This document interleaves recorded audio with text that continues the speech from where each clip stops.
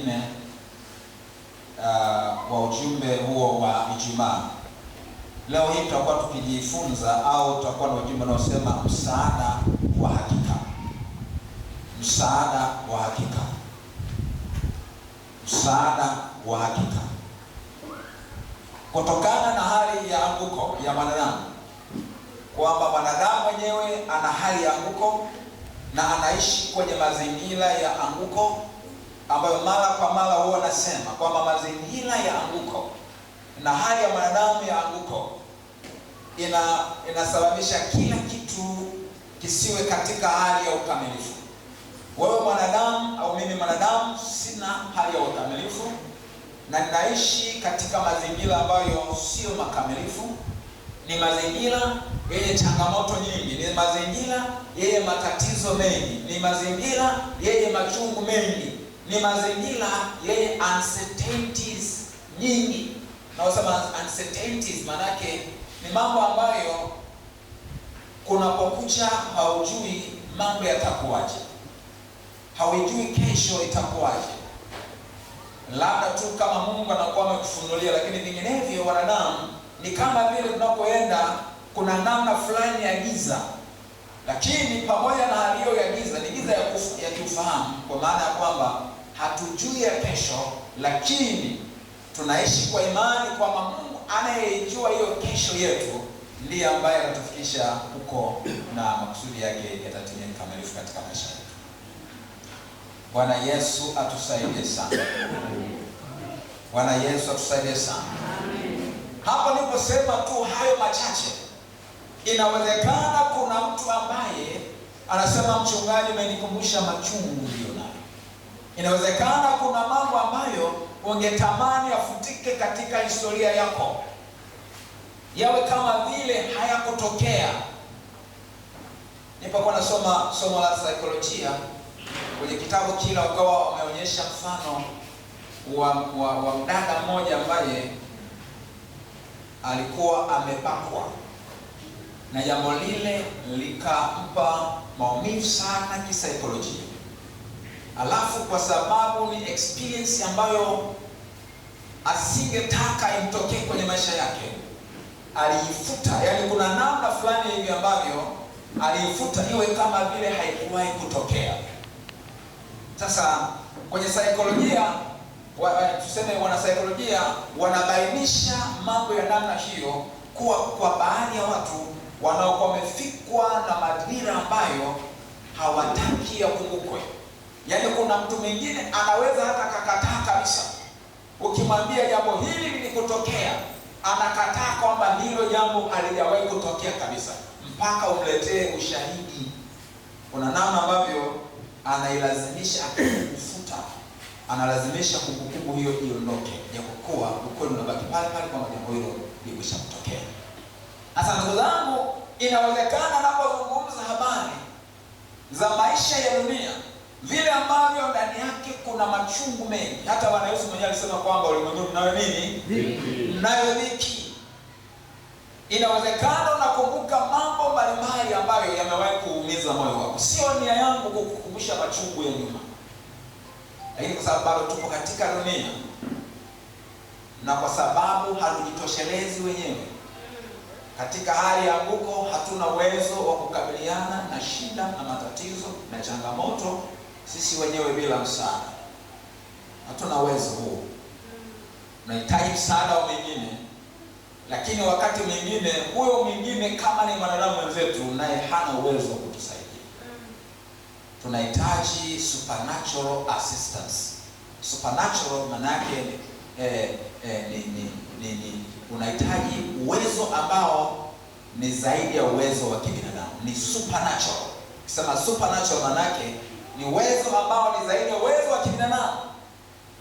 Na kwa sababu mwanadamu anahitaji supernatural assistance, yule asiyemjua Mungu, asiye na imani katika Mungu, anajikuta kwamba ameibukia kwenye ushirikina, ameibukia kwenye imani za kishirikina. Ataenda kwa waganga, ataenda kwa wachawi, atajiingiza kwenye mambo ya giza, akiutafuta msaada. Na mahangaiko ya kutafuta msaada hayajali kwa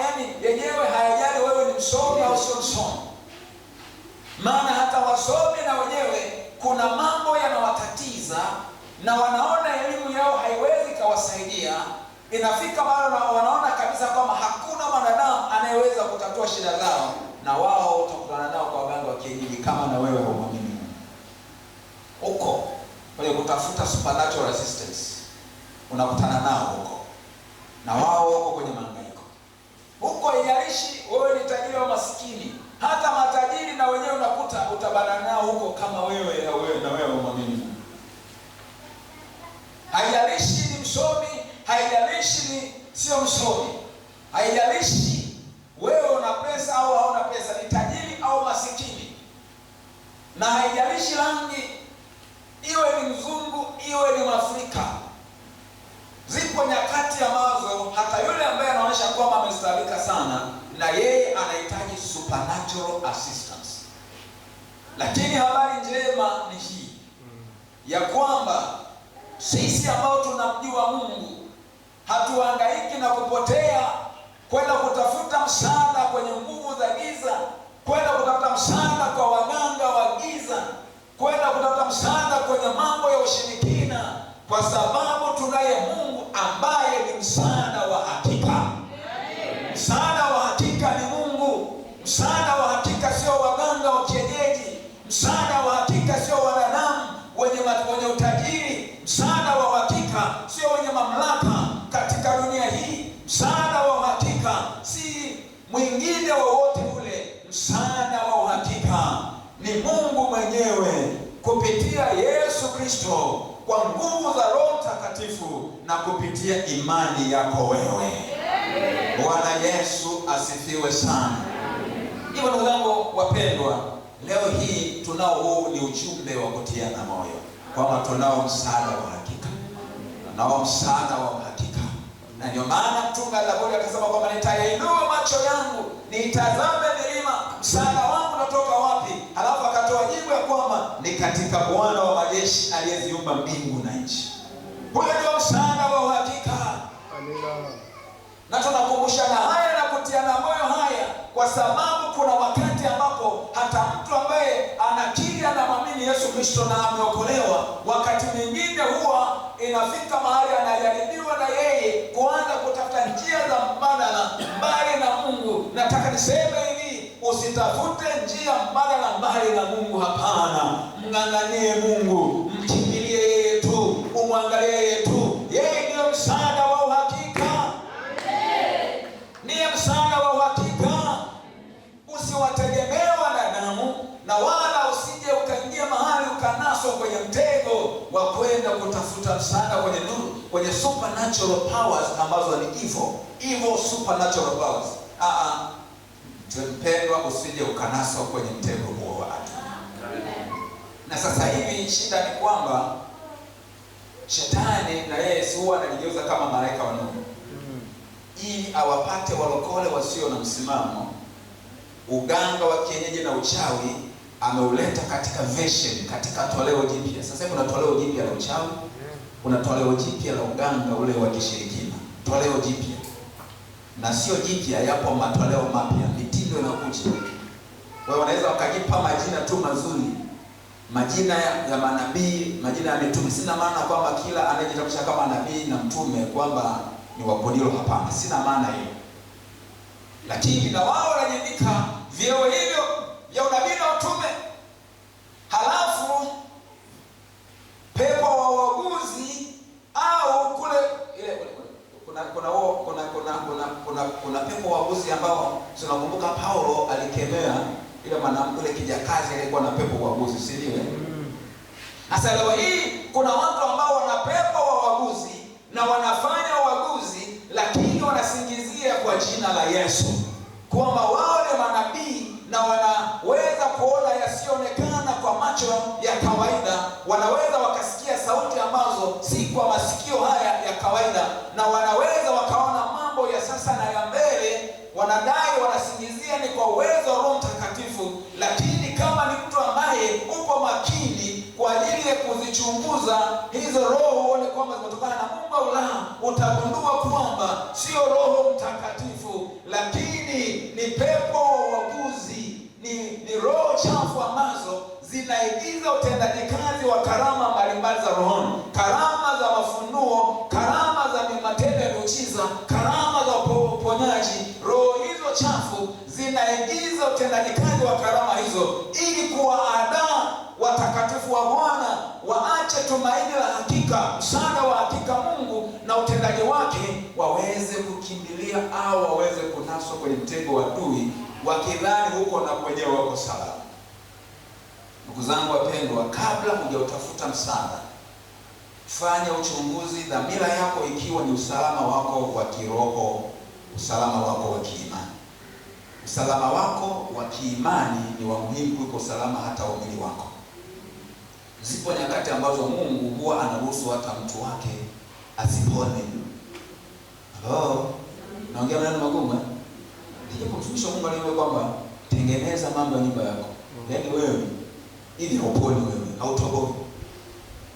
Hakika utakufa tu, hauponi.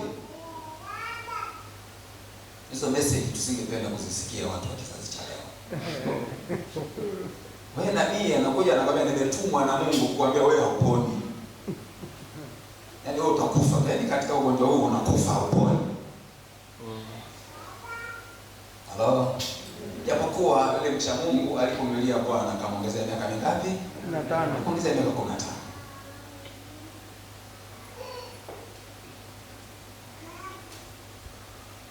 Bwana Yesu atusaidie sana. Amen. Mfalme mmoja wa Israeli, yeye akawaendea waganga. Mungu akakasirika, akamtuma nabii. Na alimpata mabaya kwamba wewe umeacha kuja kwangu, umekimbilia, na kwa sababu hiyo utapata haya na haya. Wakati Mungu anachelewesha msaada, wakati mwingine anataka aone namna ambavyo imani yako itabaki kuwa thabiti hata kama msaada umechelewa. Mungu hawai wala achelewi, ila anakuja kwa wakati. Kwa wakati wake inaweza kawa sio leo, ila ni kesho. Kwa natakiwa uweze kusubiri hiyo kesho ifike, wakati unajali uhusiano wako na yeye Mungu, badala ya kuingia kwenye mahangaiko ya kujali tu upokee uponyaji wa kimwili, upokee msaada wa kimwili. Inaweza kawa ni uponyaji wa afya, inaweza kawa ni utatuliwa shida ya kutaka kuolewa, kutaka kuoa, au utatuliwa shida ya kiuchumi, lakini ukafarakana na Mungu, ukaishia jehanamu. Hello? Tusiwe kama mtu mmoja ambaye alipoona Mungu anachelewa akaenda kwa waganga wa kishirikina na akafia akiwa kwenye madhabahu ya mganga pale. Kwa hiyo akawa amekosa vyote, amemkosa Yesu na hata uzima aliomang'ania na mwenyewe akaukosa. Inawezekana siku zake zilikuwa zimefika, Mungu alitaka afe katika imani, yeye akang'ang'ania apate uzima bila kujali kwamba anautafuta uzima wa kimwili, lakini anapoteza uzima wa kiroho. Si kwa nini imeenda kote huko, lakini tunatakiwa tuelewe kwamba msaada wa hakika ni Mungu tu. Sasa tunakwenda kuona au kujifunza habari za msaada wa hakika kupitia Isaya sura ile ya 41 mstari wa 8 mpaka wa 10, mstari mitatu tu, wa 8, wa 9, wa 10.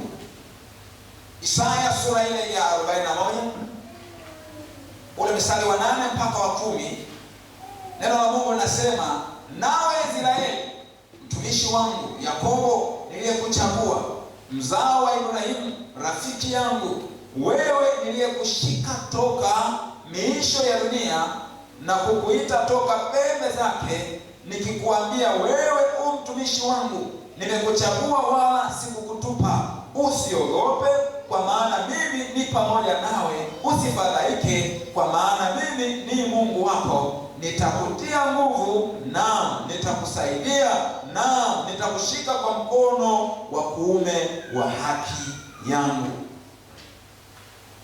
Sura hii ya 41 Isaya alivuviwa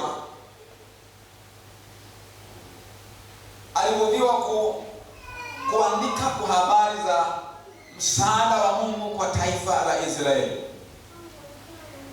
msaada wa Mungu kwa taifa la Israeli.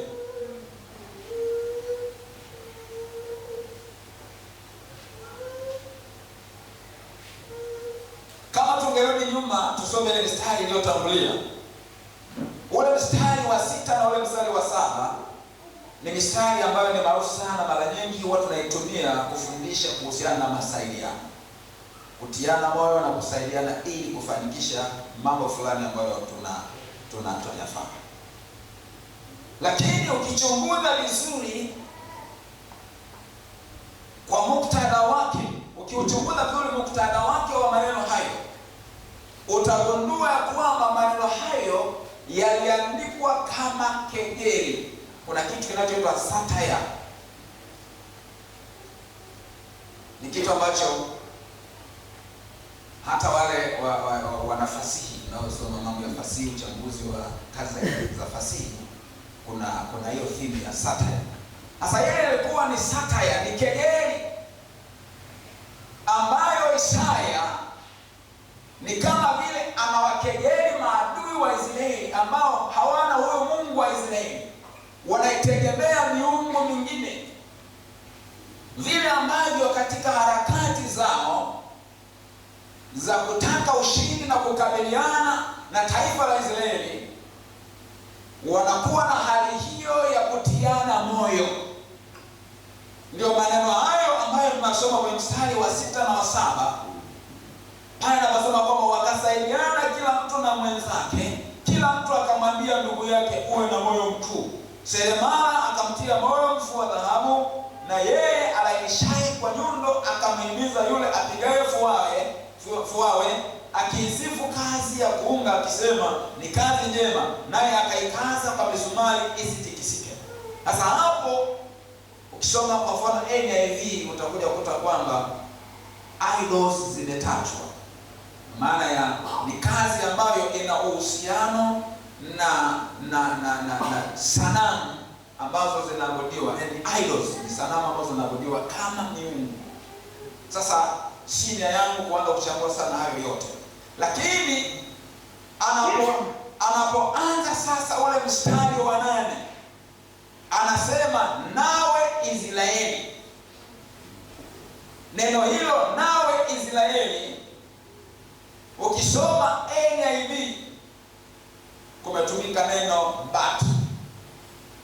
but you o Israel, ambapo tungerudisha tena kwenye Kiswahili tungesema lakini wewe Israeli. Hicho ndicho anachomaanisha. Anawazungumzia hawa ambao wanategemea miungu mingine, ambao wanajikuta wanafanya jitihada, wanatiana moyo kufanikisha mambo yao ambayo ni kinyume na mapenzi ya Mungu. Halafu anasema lakini wewe Israeli, lakini wewe Israeli, akiwatofautisha na hao.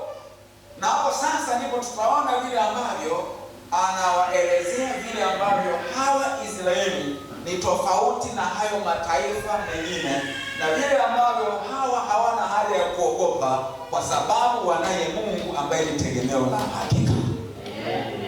Bwana Yesu asifiwe sana.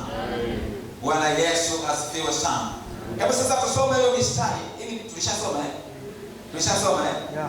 Okay. Sasa tushasoma tuendelee. Kwa hiyo kwenye mstari ule wa 8 na wa 9, hii mistari miwili yenyewe inaelezea uhusiano wa Israeli na huyo Mungu.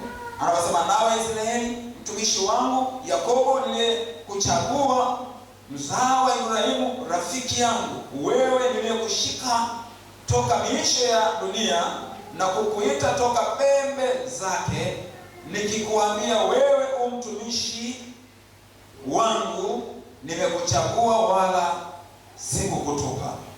Mistari hii miwili inaelezea uhusiano ambao Israeli kama taifa walikuwa nao na Mungu. Israeli kama taifa walikuwa, yani uhusiano wao kama taifa na Mungu. Kwanza katika mistari hiyo tunaona kilichobainishwa ni kwamba hawa Israeli ni mzao wa Ibrahimu. ambaye ametajwa kuwa rafiki wa Mungu. Lakini namba mbili, hawa Israeli ni mzao wa Yakobo, ambaye ndiye alibadilishwa jina baadaye, badala ya kuitwa Yakobo kwamba ataitwa Israeli kwa jinsi ya mwili. Lakini hawa Israeli wanatajwa kuwa ni watu waliochaguliwa kuwa watumishi wa Mungu. Hasa neno mtumishi ni neno ambalo linatumika kwa ujumla, yaani kwa taifa la Israeli kwa ujumla wao, na unakuta hapa anatumia umoja, anasema Israeli kana kwamba ni mtu mmoja, lakini pale ni taifa, ndilo ambalo linamaanishwa, sawa sawa. Lakini mahali pengine watu binafsi wanatajwa kama watumishi wa Mungu. Musa alitajwa kama mtumishi wa Mungu, Daudi alitajwa kama mtumishi wa Mungu, lakini manabii wanatajwa kama watumishi wa Mungu. Neno hili sio neno dogo au jepesi kama tunavyoweza tukalitumia wakati mwingine katika namna ya wepesi, lakini ni neno ambalo lilikuwa linaelezea uhusiano maalum alionao Israeli katika ufalme wa Mungu na majukumu ya ufalme kwa ujumla. Neno hili mtumishi, Mungu anapomtaja Israeli kama mtumishi wake, maana yake ni neno ambalo linaelezea nafasi ya huyu Israeli katika ufalme wa Mungu. Tuseme ni uhusiano wake na Mungu na nafasi yake katika ufalme wa huyo Mungu na wajibu alionao katika huo ufalme. Ndio maana anaitwa mtumishi. Inaweza kawa ni taifa kwa maana Israeli, lakini ni watu ambao pia wametajwa katika Biblia kama watumishi. Bwana Yesu atusaidie sana. Bwana Yesu atusaidie sana. Kwa hiyo anawaelezea hao watu kwamba ni watu ambao amewachagua kutoka mbali, amewaita kutoka mbali. Kutoka mbali wapi? Kama ukitafsiri umbali kwa chimbuko lao kwamba ni wazao wa Ibrahimu, tunafahamu kwamba Ibrahimu alitolewa Uru wa Wakaldayo. Kusoma Mwanzo sura ya 11 mwishoni na unaingia kwenye ile sura ya 12. Alitolewa huko Mesopotamia, Uru wa Wakaldayo, akaambiwa atoke kwa ndugu zake, atoke kwa jamaa yake, aende kule ambako ataelekezwa kwenda. Alitoka sijui aendako, alitii tu Mungu, akaanza hiyo safari, na tunaelewa kwamba hatimaye alijuta kwamba yuko kwenye maeneo ya kule Kanaani, ambayo ndiyo inayojulikana kama nchi ya ahadi. Amen. Lakini tafsiri nyingine tunapohusianisha neno hilo kwamba hawa watu waliitwa kutoka mbali, tunahusianisha na Yakobo, tunahusianisha na wao kama taifa. Tunaelewa kwamba Mungu aliwamobilize hii familia moja, akawamobilize wakawa taifa, halafu kwa pamoja wakatolewa Misri, wakaanza safari ambayo tunaelewa ilichukua miaka 40, na ndipo wakaenda wakakaa kwenye nchi ya Kanaani, ambao sasa tunasema tu ni maeneo ya Palestina au ni Israeli, nchi ya Israeli. Kwa hiyo wametolewa mbali Mesopotamia au wametolewa mbali Misri, ili kwamba wawe na uhusiano maalum na Mungu, watu wenye maagano ambayo yalianza na Ibrahimu yametoka pamoja, yakathibitishwa kwa na Isaka, maagano tena yakathibitishwa na Yakobo. Kwa hawa ni uzao wa Ibrahimu, ni uzao wa Isaka, ni uzao wa Yakobo, ambaye ndio huyo anayejulikana pia kama Israeli, na ni uhusiano wa kimaagano ambao una haki na wajibu, kwa maana kwamba kuna ahadi za Mungu kwao, lakini kuna wajibu wanaotakiwa kutekeleza. ni agano au ni maagano ambayo yana pande zote mbili, kila upande unao wajibu kwa kutekeleza. Mungu anatoa ahadi, lakini na ahadi zenye masharti kwamba hawa watakuwa wanufaika wa hizo ahadi wakiwa waaminifu katika kutenda yote ambayo yeye anawaamuru kuyatenda. Na wanatakiwa wajue wao ni tofauti na mataifa mengine, wasijifananishe na mataifa mengine. Wao ni taifa teule, ni watumishi wa Mungu. Bwana Yesu atusaidie sana kuyaelewa hayo. Kwa hiyo sisi pia kama kanisa, watu ambao tumemwamini Yesu Kristo, tumesamehewa dhambi na kuokolewa, tumejazwa Roho Mtakatifu. Tunaposoma waraka wa kwanza wa Petro sura ya 2 mstari wa 9, unaona vile ambavyo Petro anawaelezea hawa watu waliookoka. Anasema bali ninyi kuna mambo matano yanayotajwa pale katika mstari wa 9.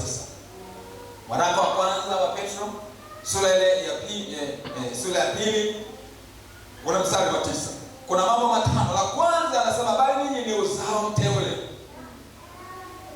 Israeli walikuwa ni uzao wa kimwili wa Ibrahimu. Hadi sisi ni uzao mteule, ni uzao wa kiroho, sio wa kimwili. Sisi ni watoto wa Ibrahimu kwa jinsi ya roho. Sisi watu wa imani ni watoto wa Ibrahimu kwa jinsi ya roho, sio kimwili. Kwa sisi ni uzao mteule, ukuhani wa kifalme na nabii. Tuna ukuhani wa kifalme, ukuhani wa kifalme, ukuhani wa kifalme. Namba 3, taifa takatifu. Hivi kumbe sisi ni taifa takatifu. Sasa taifa hili ni tofauti na lile la Israeli kwa sababu wao walikuwa ni watu wenye utambulisho wa kimwili, kigenealogy, kimwili, kwamba hawa ni watu wenye asili hii kimwili. Alafu walikuwa wana eneo maalum la kijiografia ambalo wamemilikishwa. Lakini sisi kanisa ni watu ambao hatuna specific physical genealogy, yani hatuna uzao rasmi wa kimwili, lakini uzao unaotutambulisha ni wa kiroho, kwa sababu tumemwamini Yesu Kristo. Kwa sisi tumezaliwa na Mungu kwa namna ya roho. Naona? Lakini hatuna eneo maalum la kijiografia ambalo tumemilikishwa. Tafsiri ya eneo ambalo linatuhusu sisi kumiliki au kutawala ni la kiroho zaidi kuliko la kijiografia. Utawala wetu sisi una upana katika dunia nzima.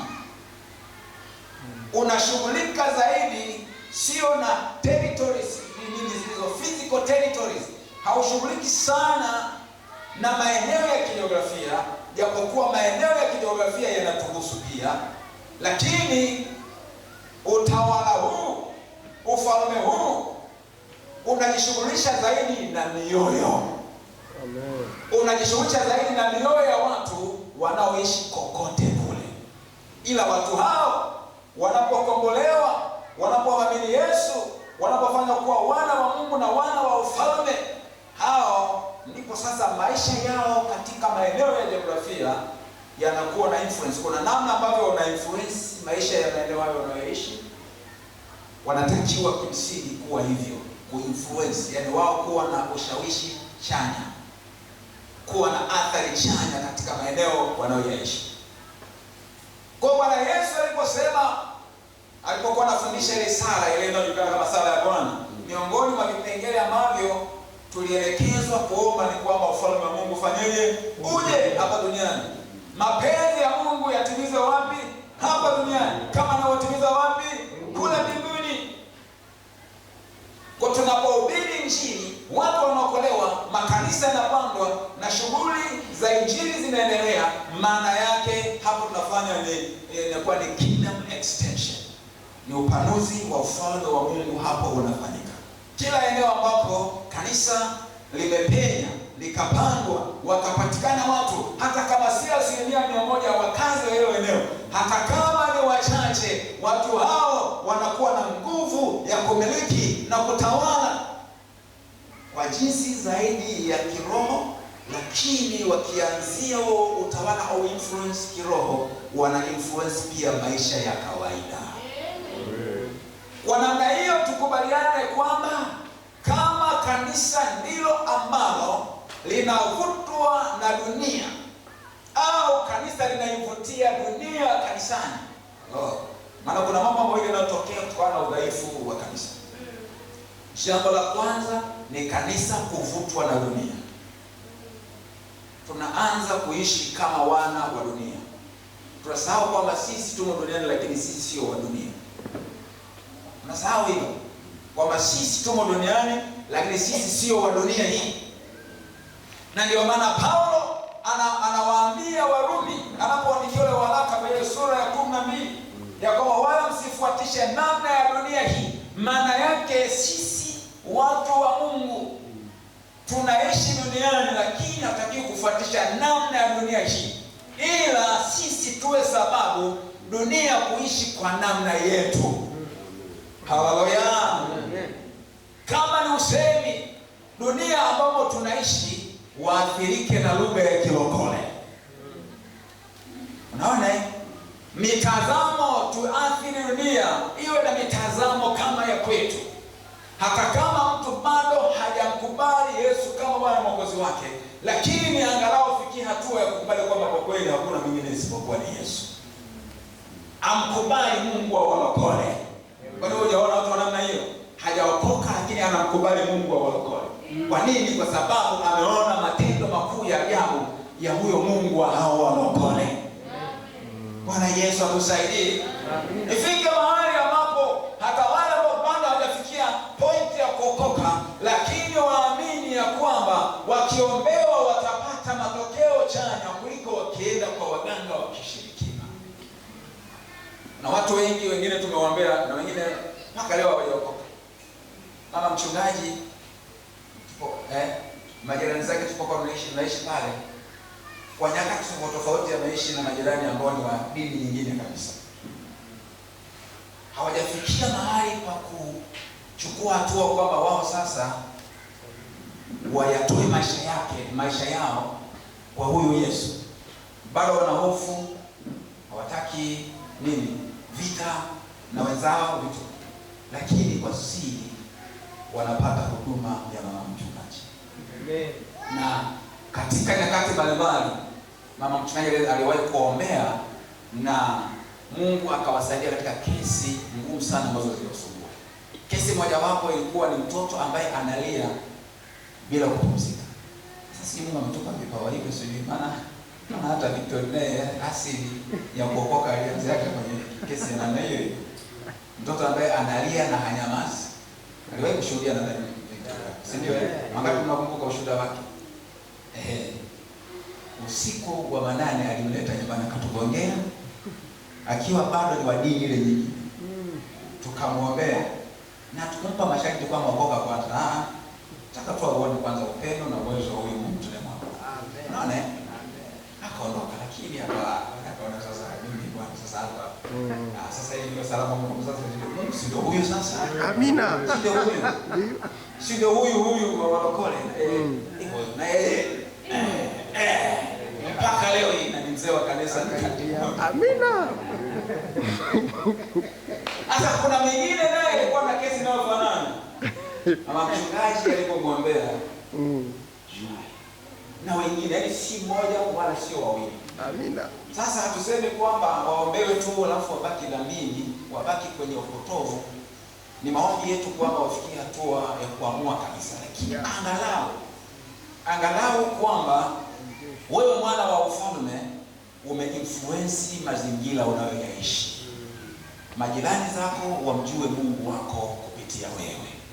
Kuna namna ambavyo Mungu wako anatawala kwenye maisha ya hata wale ambao bado hawajajikomiti rasmi, lakini Mungu wako anatawala kupitia wewe. Una ushawishi chanya kwao. Kuna namna unayowaathiri kwa athari chanya. Na hiyo ni safari ambayo unapoendelea kuombea na kuwaelimisha, hatimaye wanafanya uamuzi kwamba huyu Mungu ndiye tunayetaka na sisi tu mwabudu na kumtumikia. Hapo watu wataokoka bila kuingia kwenye mzozo na ubishi wa kidini, mkavutana kwamba dini gani ni super zaidi, kwamba hii ndio bora zaidi kuliko hii, mnabishania dini. Ubishani wa dini mwisho wake ni ugomvi. Lakini wamuone huyo Mungu. Haleluya. Amen. Wamuone Mungu wako alivyo mwema. Wamuone Mungu wako alivyo na uwezo. Wamuone Mungu wako vile ambavyo ana upendo na anajali. Halafu wao wenyewe kwa hiari yao watachagua kumtumikia huyo Mungu. Bwana Yesu asifiwe sana. Amen. Kwa tusema namba moja, Petro anasema kwamba ninyi ni uzao mteule na mamili, ukuhani wa kifalme. Namba tatu, taifa takatifu. Namba nne, watu wa miliki ya Mungu. Kumbe sisi ni watu wa miliki ya Mungu. Tunamilikiwa na Bwana. Na ndio maana katika Kolosai 1:13 anasema kwamba naye alituokoa katika nguvu za giza akatuhamisha na kutuingiza katika ufalme wa mwana wa pendo lake, ambaye katika yeye tuna nini? Ukombozi, yani msamaha wa dhambi. Kwa sisi tumehamishwa na tumeingizwa katika ufalme wa mwana wa pendo la Mungu. Alafu namba 5 anasema mpate kuzitangaza fadhili zake yeye aliyewaita mtoke gizani mkaingie katika nuru yake ya ajabu. Hapo maana yake ni utumishi wa kitume.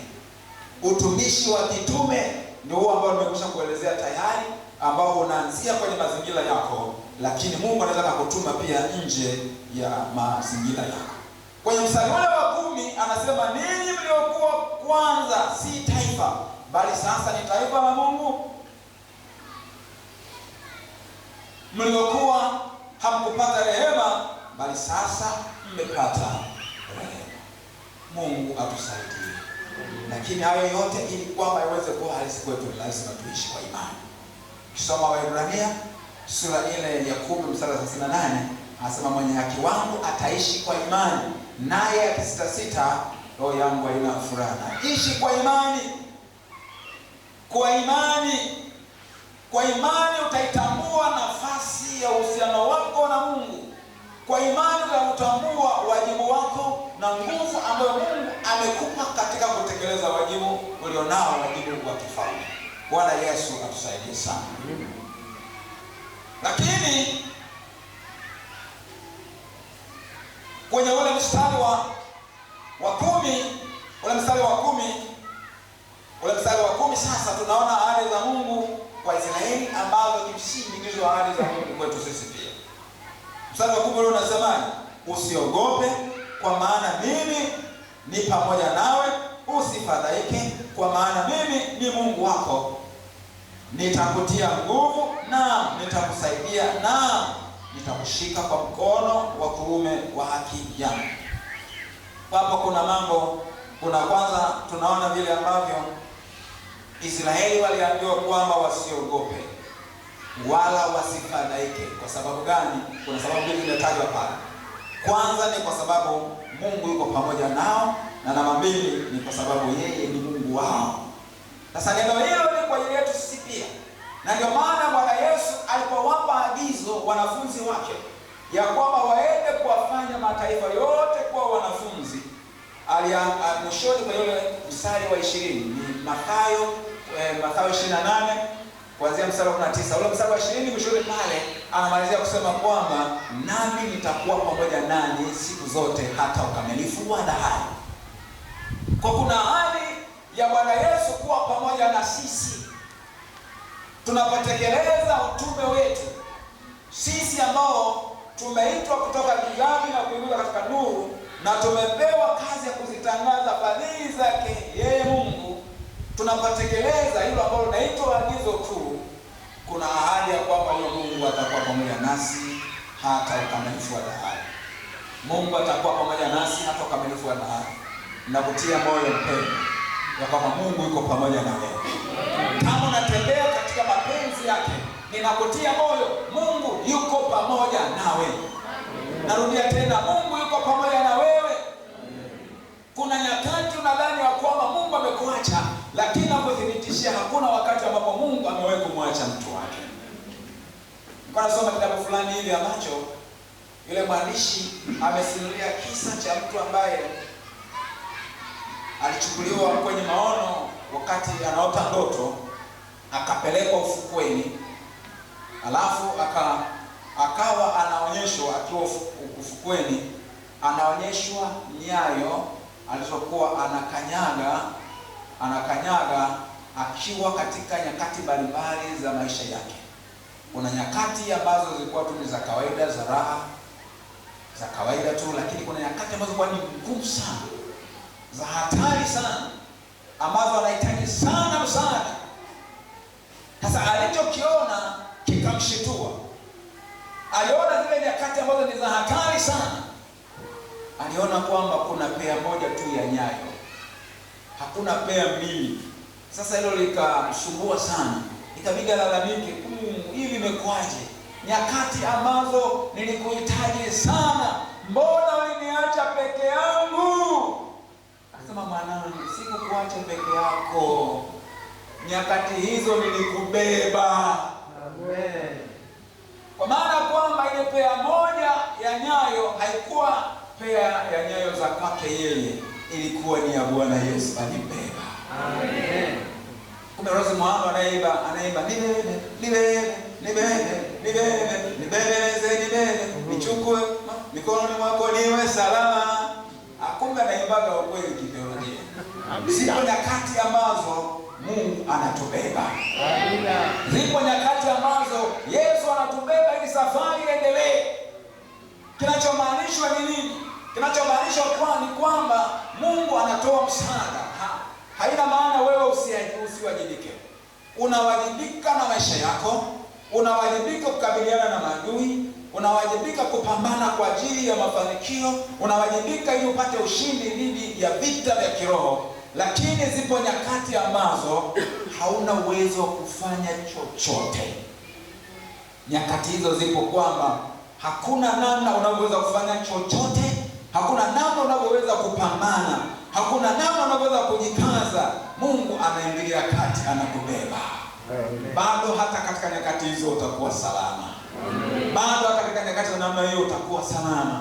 Nyakati ambazo unaona kama ni giza, nyakati ambazo huoni tena mbele, nyakati ambazo unaona kama kila mmoja amekuacha, nyakati ambazo huoni kama unaweza kufanya chochote kile, ninakutia moyo, huyu Mungu ambaye amekuita utoke mbali, amekutoa huko gizani, huyo Mungu ambaye amekuokoa kutoka kwenye maisha ya dhambi, huyo Mungu ambaye amekutoa kwenye maagano ya kichawi, huyo Mungu ambaye amekuondoa kutoka kwenye kutumikia miungu mingine, huyo hawezi akakuacha.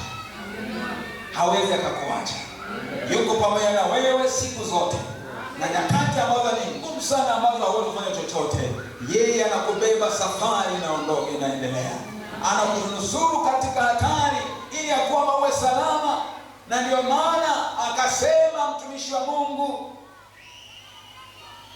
Ayubu, akasema kwamba mteteaji wangu yu hai. Mteteaji wangu yu hai. Na kutia moyo mteteaji wako yu hai. Na kutia moyo mteteaji wako yu hai. Na kutia moyo mteteaji wako yu hai. Na kutia moyo mteteaji wako yu hai. Usiogope wala usifadhaike, maana mteteaji wako yu hai, anayekutetea nyakati za taabu, nyakati ambazo ungeweza kumalizwa na maadui, lakini hawezi akaacha maadui wakufute wakumalize. Yeye anaingilia kati kukutetea. Bwana Yesu atusaidie sana. Tuyaelewa hayo ili tuweze kuishi maisha ambayo tuna amani, tuna furaha, tuna ujasiri. Hatuogopi chochote kile, kwa sababu tunajua kwamba tunaye Mungu. Huyo Mungu wa Israeli ni Mungu wetu sisi. Amen. Na anaahidi mambo matatu katika mstari huo wa 10. Baada ya kuambia kwamba yeye yuko pamoja nao na yeye ni Mungu wao, anaahidi mambo matatu. La kwanza, anaahidi kwamba atawatia nguvu. Anasema atamtia nguvu huyo Yakobo. Na kutia moyo kwamba huyo Mungu atakutia nguvu. Amen. Nyakati ambazo unaishiwa nguvu na unatakiwa uendelee kupambana, ukimtegemea yeye atakutia nguvu. Amina. Na hilo ndilo ambalo lilikuwa ni somo letu la Ijumaa. Wao ngojao Bwana, maana yake wale wanaomtegemea watapata nguvu mpya. Yupo Mungu ambaye anawatia nguvu Unapokuwa na hali ya kuchoka, anakutia nguvu. Unapokuwa na hali ya kuzimia, anakutia nguvu, ili ya kwamba uweze kuendelea mbele, ili ya kwamba uendelee kusonga mbele. Lakini anasema atamsaidia huyu Yakobo, anatoa msaada, yeye msaada wa karibu. Hakuachi upambane mwenyewe, yupo jirani na wewe kukusaidia pale ambapo msaada unahitajika. Narudia tena, usitafute njia mbadala, usitafute misaada ambayo ni mitego ya adui akunase, lakini msaada wa karibu ni Mungu. Lakini namba 3 anasema anamaini kwamba atamshika kwa mkono wa kuume wa haki yake. Hasa usemi huu anapotaja neno mkono, kana kwamba Mungu anao mkono, physical hand. Hii inaitwa kwenye fasihi ni anthropomorphism. Anthropomorphism ni pale ambapo unaweza mnyama ukampa sifa za kibinadamu au vitu ambavyo havina uhai ukavipa sifa za uhai. Kwa hiyo katika mazingira hayo, miti inaweza ikaongea, sungura anaweza kaongea, wanyama wanaweza wakaongea, na sifa zingine za kihisia na tabia nyingine za kibinadamu. Sasa ni hiyo lugha ya fasihi. Sasa lugha hiyo ya fasihi inatumika pia kwa Mungu. Mungu ni roho, ndugu zangu wapendwa. Kwa tunapoambiwa kwamba mkono wa Bwana haukupunguka, mkono wa Bwana kinachomaanishwa ni ule uwezo, ni zile nguvu za Mungu, ni ule uwezo wa kuokoa. Lakini hapa ametajwa kwamba ni mkono wa haki ya Mungu, kwamba ni manake ni uwezo wa Mungu, ni haki ya Mungu katika kutuokoa sisi. Bwana Yesu atusaidie sana. Kwa hiyo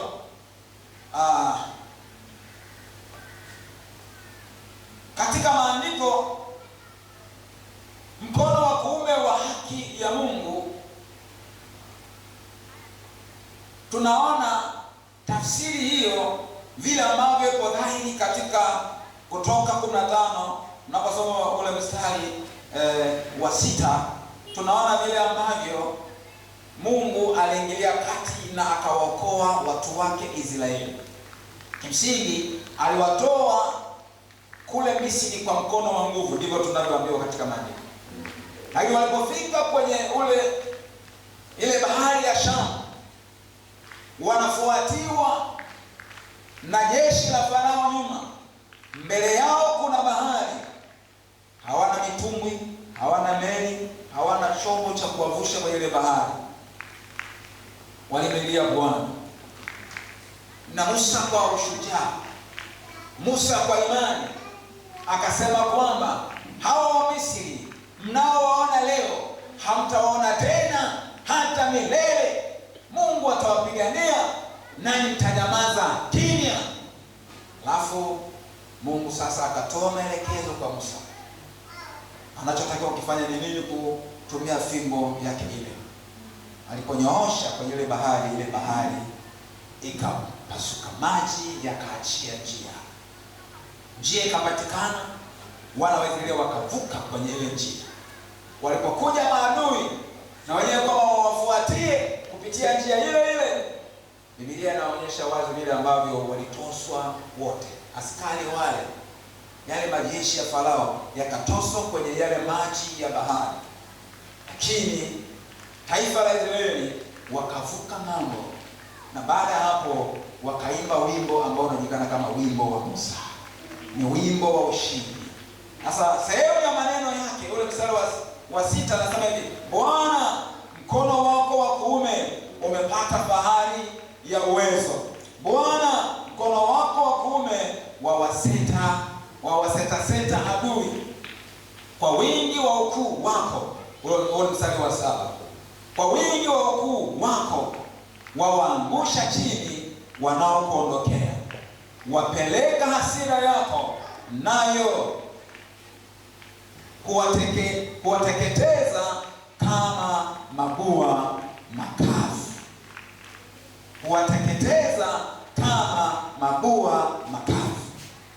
Ukimtegemea Mungu atakutetea wewe, lakini atapigana na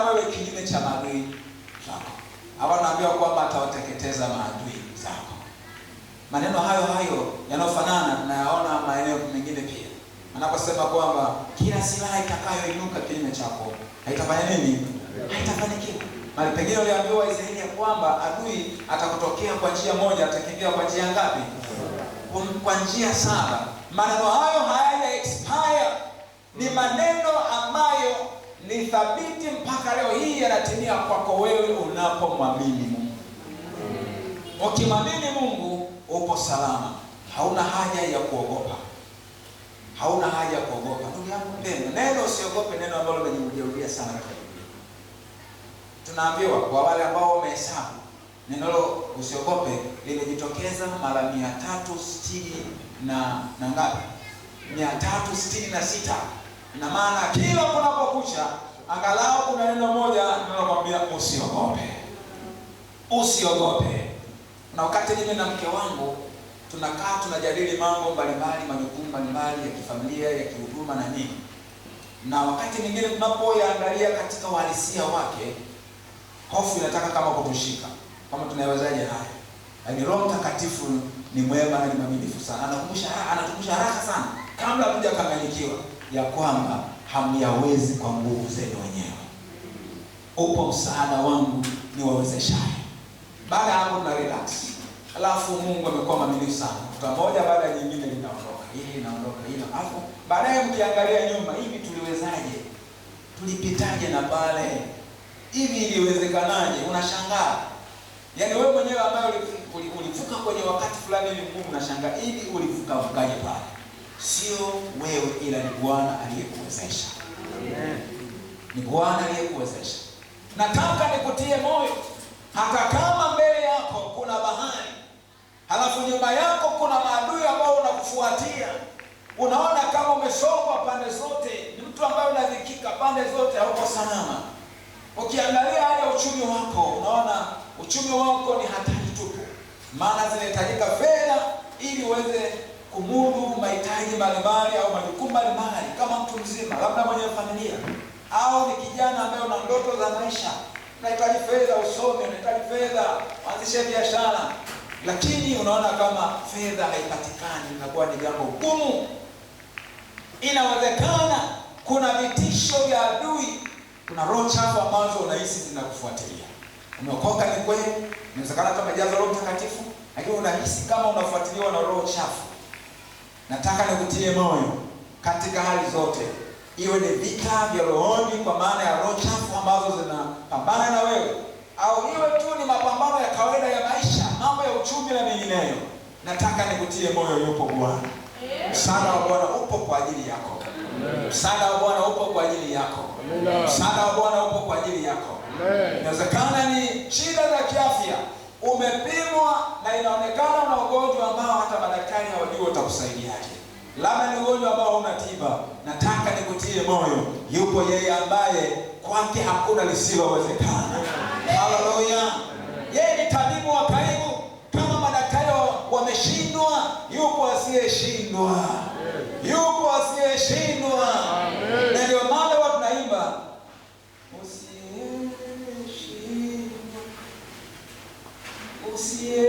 usiyeshindwa, wewe ni Mungu.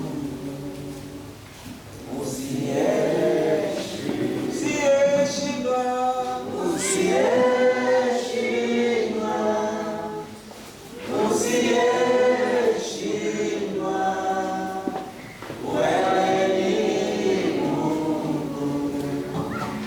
Usiyeshindwa. Nikutie moyo tena ndugu yangu mpendwa.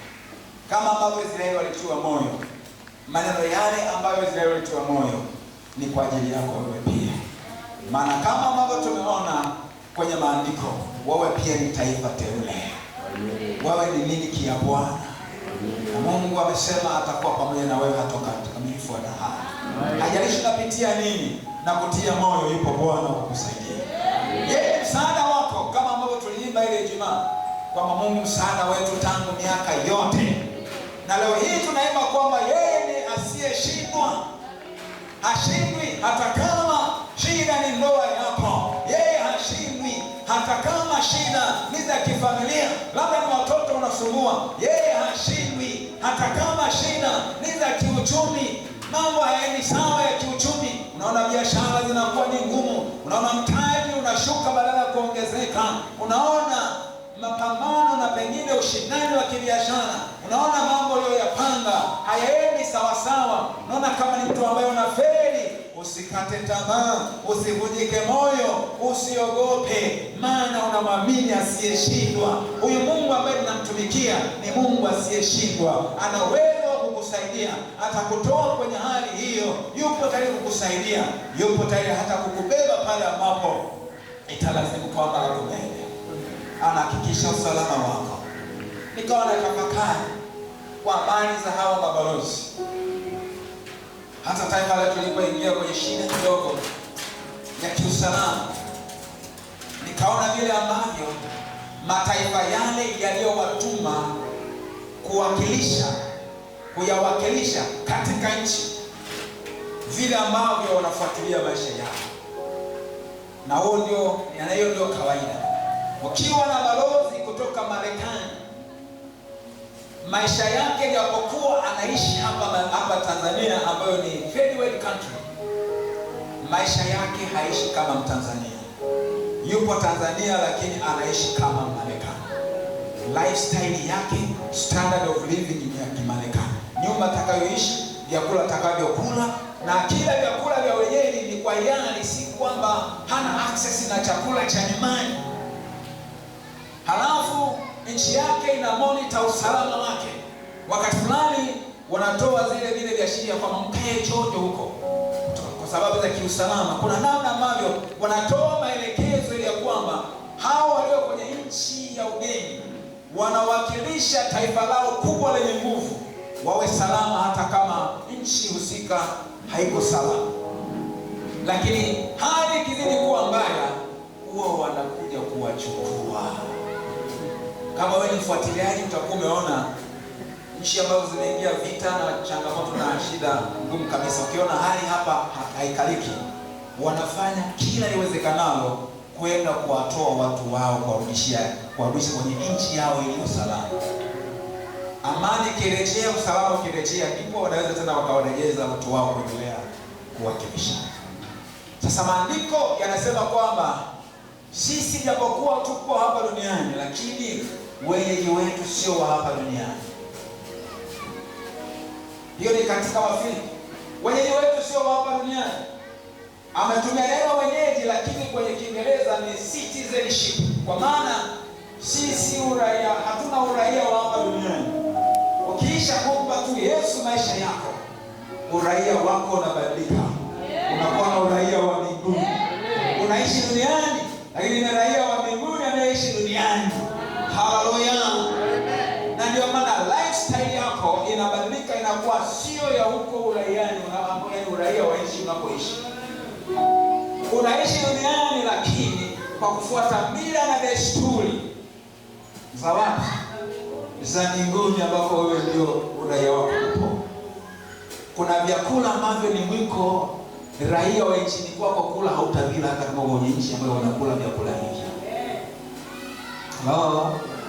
Kuna vyakula utakula. Kuna namna ya mavazi, kuna mavazi hautayavaa. Utavaa mavazi yanayokubalika na mila na desturi za nchi yako. Kuna namna ya usemi, utakuwa mwangalifu, hautaiga siri za hao wenyeji. Na hata wenyeji wanajua huyu sio mwenzetu. Wanatarajia uonyeshe tabia za huko unakotoka. Tukiwa na balozi au mfanyakazi wa ubalozini wa Marekani, hatutarajii au na tabia za kibongo. Tutamshangaa kama akiwa na tabia za kibongo, lakini tutaona ni normal, ni kawaida akiwa na tabia za Kimarekani, na akipata platform ambayo anatakiwa kuongea kwa niaba ya taifa lake, anaongea kama Marekani na anafuata zile ethics. Na tunaposikiliza unajua kwamba tunamsikiliza Marekani anayewakilisha wa Marekani wenzake. Bwana Yesu atusaidie. Bwana Yesu atusaidie. Upo kwenye nchi ya ugeni, Mungu anajali usalama wako. Amen. Alafu ikifika wakati kazi ikiisha, kwamba wewe sasa kusudi la wewe kuwepo kwenye nchi ya ugeni limetimia, unaondolewa. Haijalishi una umri gani, haijalishi una umri gani. Premature death sio, yani vifo vya mapema sio vifo vya ujanani au utotoni, hapana. Yohana Mbatizaji hakufika kwenye uzee, alikufa akiwa na miaka 30 na, lakini alikuwa amekwisha kulikamilisha kusudi la kuwepo kwake hapa duniani. Lakini Simeoni alibakizwa mpaka muone Yesu. Aliambiwa hutakufa mpaka umuone mkombozi. Alipomwona mkombozi akasema, sasa umruhusu mtumishi wako kwa amani, kwa kuwa macho yangu yameona wokovu. Maana kwamba sina haja ya kuendelea kuishi, maana nililoniweka hapa duniani ilikuwa ndio hii imekwisha kutimia. Sina haja ya kuendelea kuishi hapa duniani. Ng'ang'ania ili ya kwamba uyatimize makusudi ya Mungu hapa duniani. Na Mungu amekuhakikishia usalama wako, amekuhakikishia uwezesho, ili kwamba uweze kuyatimiza makusudi yake hapa duniani kwa ufanisi. Mungu ni mwaminifu sana kwako, usiogope. Narudia tena, usiogope. Usiogope. Hata kukiwa kuna hofu za kiusalama katika nchi unayoishi, usiogope. Maana Mungu anatawala yote. Yeye anahakikisha kwamba wewe unakuwa salama, hata kama hakuna usalama hapo ulipo, ili ya makusudi yake ya yeye kukuweka hapo yaweze kutimia. Simama kwa miguu yako.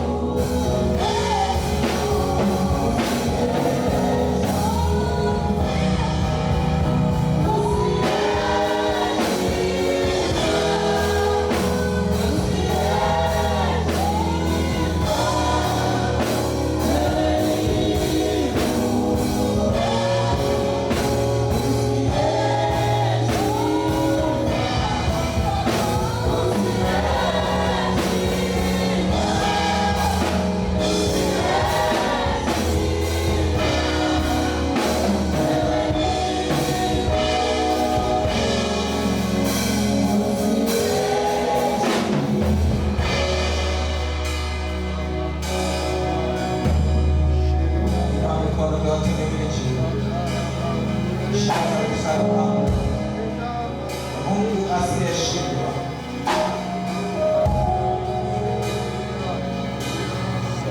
Mungu asiyeshindwa. Unamtazamaje Mungu? Kama ulikuwa mtazamo dhaifu kuhusu Mungu, kuanzia sasa ruhusu Roho Mtakatifu atiririshe neema ya imani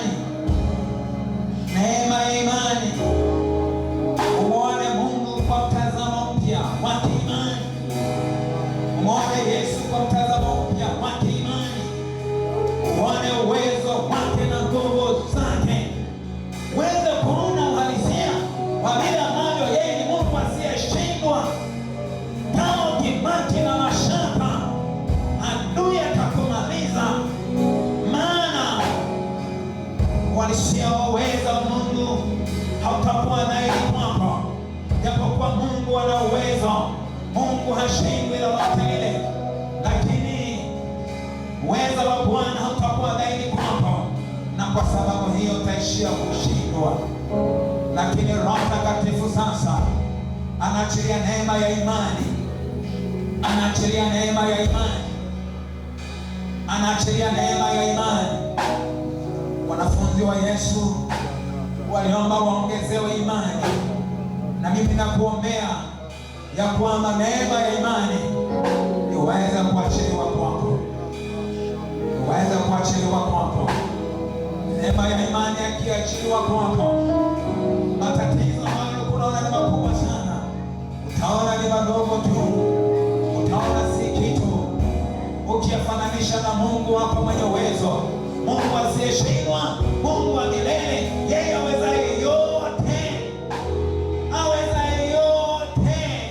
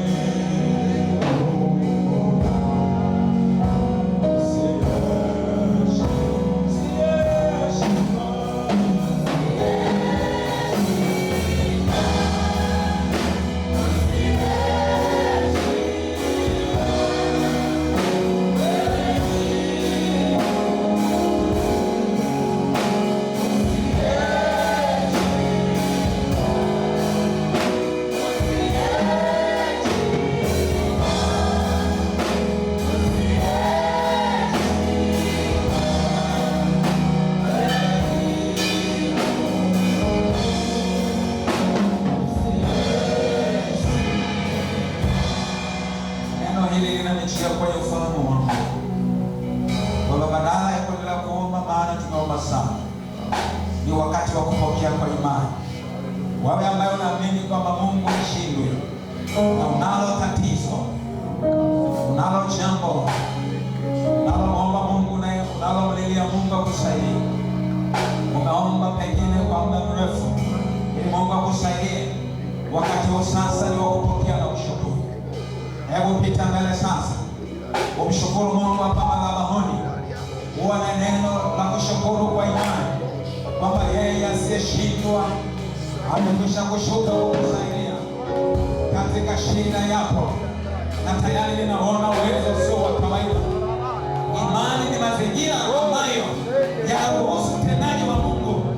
Imani ni mazingira ambayo yanasababisha uwezo wa Bwana udhihirike. Uwezo wa Bwana unadhihirika sasa kwa imani. Ni wakati wa kupokea kwa imani na kushukuru kwa imani. Anza kupokea kwa imani na kushukuru. Anza kupokea kwa imani na kushukuru. Anza kupokea kwa imani na kushukuru, maana Bwana ameiona shida yako. Bwana ameiona dhiki yako. Bwana amesikia kilio chako. Bwana mwenye huruma ameshuka kwa huruma zake kukusaidia.